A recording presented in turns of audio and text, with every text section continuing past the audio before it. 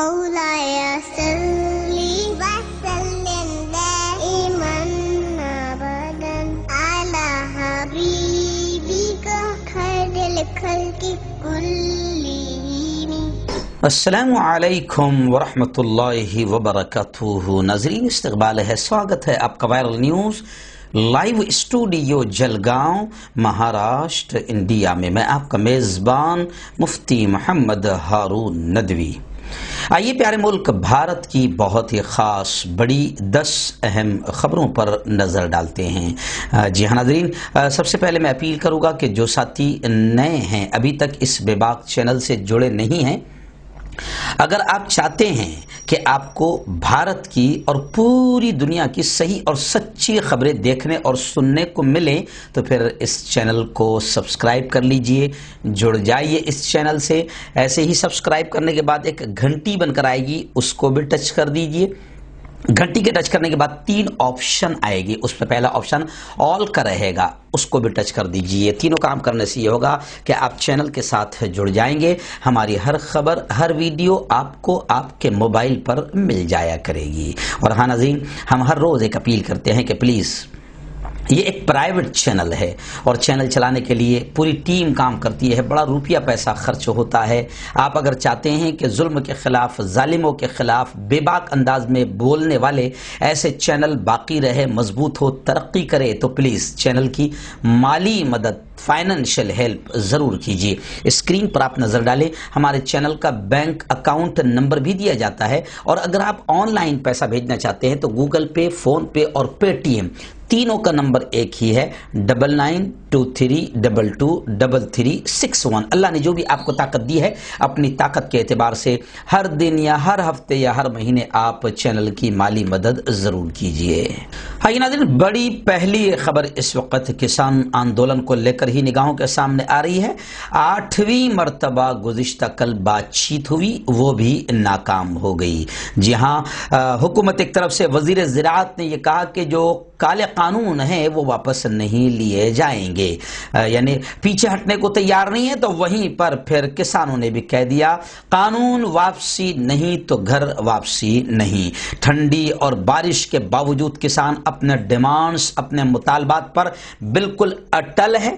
وزراء کے ساتھ کسانوں نے کھانا کھانے سے بھی انکار کر دیا۔ اگلے دور کی بات چیت 8 جنوری کو ہوگی، اس طرح کی خبریں آ رہی ہے۔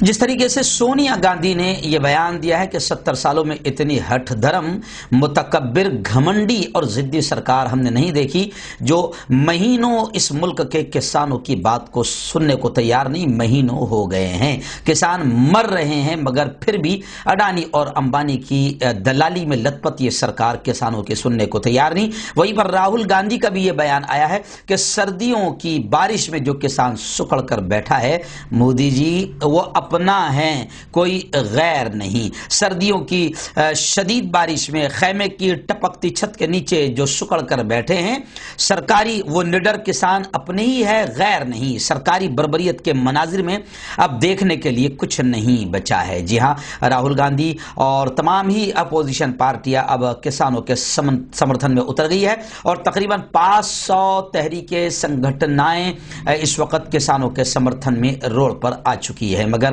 کیا کرے، مودی جی کی مجبوری کسان بھی سمجھ نہیں پا رہے ہیں، کیونکہ کروڑوں روپے کا فائدہ اڈانی اور امبانی کو پہنچانا فرض ہے، کیونکہ دلالی اس لیے بھی فرض ہے کیونکہ کروڑوں اربوں روپے الیکشن کے وقت میں ان لوگوں سے مودی جی نے ہم نے لیا ہے، تو وہ لوٹانا بھی تو ضروری ہے، اس لیے کسان بھی تو مودی جی کی مجبوری کو سمجھیں۔